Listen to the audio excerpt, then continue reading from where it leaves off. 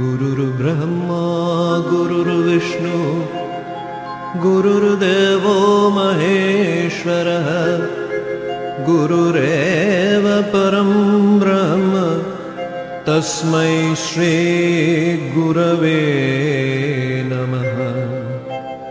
জয় Shri Guru Bhagavat doctor Chandrabhanu Satpathy ডাঙৰীয়াৰ দ্বাৰা ৰচিত আৰু শ্ৰী অঞ্জন শৰ্মা ডাঙৰীয়াৰ দ্বাৰা অনুবাদ শ্ৰী গুৰু ভাগৱত। আজি প্ৰথম অধ্যায়ৰ 53 নম্বৰ খণ্ড, পৃষ্ঠা 143 পৰা 149, শ্লোক 225 পৰা 247। আজি আমি উত্তৰণৰ স্থিতিত ভক্তৰ অষ্টসাত্ত্বিক ভাৱৰ বিষয়ে শুনো আহক। সুভক্ত গুৰু ভক্তি শীৰ্ষে পৰভক্তি ধাৰাৰে মিলে, গুৰুভাৱত হয় লীন, সংসাৰ ভাৱ বিলীন। সুভক্তই গুৰুভক্তিৰ চৰম স্থিতিত পৰাভক্তিৰ ধাৰাৰে মিলি যায়। তেওঁ গুৰুভাৱত লীন হৈ সংসাৰী জীৱন পাহৰি যায়। ভক্তক আকৰ্ষণ কৰি হৃদয়ত জন্মাই ভক্তি, ভাৱ উদ্ৰেক কৰি তোলে, নিজে তাক গ্ৰহণো কৰে। শ্ৰীগুৰুই ভক্তক আকৰ্ষণ কৰি ভক্তৰ হৃদয়ত ভক্তিভাৱ জগাই ভাৱ উদ্ৰেক কৰে আৰু স্বয়ং সেই ভাৱ গ্ৰহণো কৰে।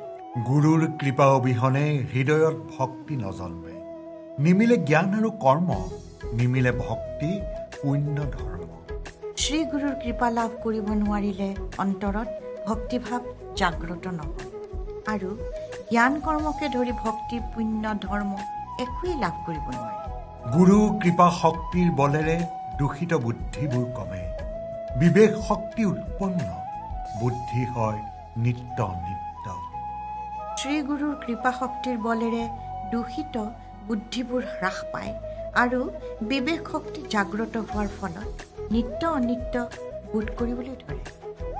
গুৰু মূল মুক্তি পথৰ পথ বাহিৰ ভিতৰৰ, সেই পথেৰে ভক্ত গলে প্ৰগতি হয় ধীৰে ধীৰে।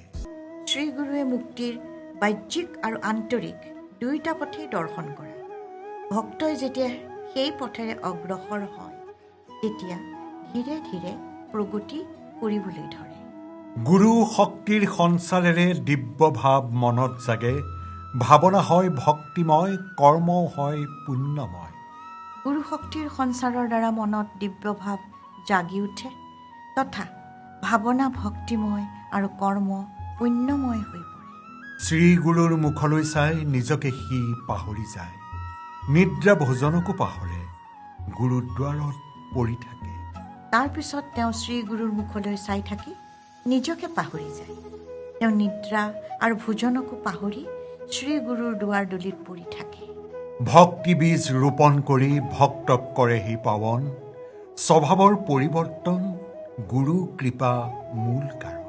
শ্ৰীগুৰুৱে ভক্তক ভক্তিৰ বীজ ৰোপণ কৰি সেই বীজ লালন কৰে আৰু গুৰু কৃপাৰ বাবে ভক্তৰ স্বভাৱৰ পৰিৱৰ্তন হয়। অষ্টসাত্ত্বিক ভাৱ ধৰে, ভাৱ পূজাত মন লাগে, শক্তিফল সৎগুৰুৰ দিব্য জ্ঞান মিলে ভক্ত। তেতিয়া ভক্তই অষ্টসাত্ত্বিক ভাৱেৰে যুক্ত হৈ যায় আৰু ভক্তৰ মন ভাৱ পূজাত নিমগ্ন হৈ পৰে। পিছত সৎগুৰুৰ শক্তি ফলীভূত হ'লে ভক্তই দিব্য জ্ঞান লাভ কৰে। মাজে সময়ে ভক্ত শান্ত, কেতিয়াবা হয় উন্মত্ত, কেতিয়াবা আনন্দমন, মাজে সময়ে উদাসীন। এনে স্থিতিত ভক্তই কেতিয়াবা শান্ত হৈ থাকে, কেতিয়াবা তেওঁ উন্মত্ত হৈ পৰে, কেতিয়াবা তেওঁ আনন্দ মনেৰে থাকে, কেতিয়াবা আকৌ উদাসীন হৈ থাকে। গুৰুক স্মৰি কান্দি থাকে, অকাৰণে হাঁহিও থাকে, নিজতে নিজে হীনমগ্ন, গুৰু স্মৰণতে নিমগ্ন। তেনে স্থিতিত তেওঁ শ্ৰীগুৰুক স্মৰণ কৰি কান্দিবলৈ ধৰে, কেতিয়াবা আকৌ তেওঁ অকাৰণে হাঁহিবলৈও ধৰে। তেওঁৰ নিজৰ প্ৰতি কোনো ধ্যান নাথাকে আৰু শ্ৰীগুৰুক স্মৰণ কৰি নিমগ্ন হৈ থাকে। প্ৰায়ে তেওঁ নীৰৱে থাকে, নিজৰ সতে কথা পাতে, গুৰুক স্মৰে সৰ্বক্ষণে, শয়নে স্বপ্নে জাগৰণে। তেওঁ প্ৰায়ে মৌন হৈ ৰয় আৰু নিজৰ সৈতে নিজে কথা পাতে। পিছলৈ তেওঁ শয়ন, স্বপ্ন আৰু জাগৰণতো নিজৰ মনৰ ভিতৰত শ্ৰীগুৰুক স্মৰণ কৰি থাকে। দীঘল হয় দাড়ি চুলি, বিতৰাগী হৈ থাকে ভ্ৰমী, ভোজন ত্যাগী উপবাস, অৰ্ধ পাগলৰেই বেশ। তেওঁ নিজৰ দাঢ়ি আৰু চুলি নাকাটি দীঘল কৰে আৰু বিতৰাগী হৈ ভ্ৰমণ কৰে।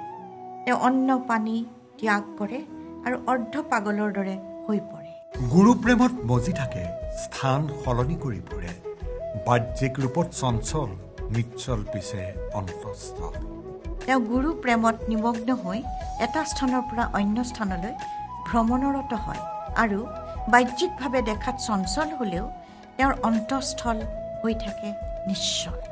গুৰু উচিষ্ট লয় হাতে ভোজন কৰে শুদ্ধ মনে, গুৰু সেৱাৰ বাবে ভক্ত হৈ থাকে সদা আকুলিত। তেওঁ গুৰু উচ্ছিষ্টও শুদ্ধ মনেৰে প্ৰেম ভাৱেৰে ভোজন কৰে আৰু শ্ৰীগুৰুৰ সেৱাৰ বাবে সদায় আকুলিত হৈ থাকে। ভাল নালাগে সংসাৰ, গুৰু অবিহনে অসাৰ, শ্ৰীগুৰুক স্মৰণ সদায় বিগলিত মন। সংসাৰ তেওঁ ভাল নলগা হয় আৰু শ্ৰীগুৰু অবিহনে অসাৰ যেন বোধ কৰে। শ্ৰীগুৰুক স্মৰণ কৰি সদায় তেওঁৰ মন বিগলিত হৈ থাকে। গুৰুৰ সতে প্ৰীতি হ'লে দিব্য আনন্দ নিতৌ মিলে, মন হৈ পৰে পুলকিত, অন্তৰ হয় আলোকিত। শ্ৰীগুৰুৰ সৈতে প্ৰীতিভাৱ হ'লে ভক্তৰ নিতৌ দিব্য আনন্দ প্ৰাপ্ত হোৱাৰ লগতে মন পুলকিত তথা অন্তৰ আলোকিত হৈ পৰে। হৃদয়ৰ পীঠ ভক্তৰ বাস কৰে শ্ৰীগুৰুবৰ, হৃদয় ৰথৰ সাৰথি, ভক্তৰ ৰক্ষাৰ্থে মহাৰথী। ভক্তৰ হৃদয় পীঠত শ্ৰীগুৰুবৰে বাস কৰে আৰু তেনে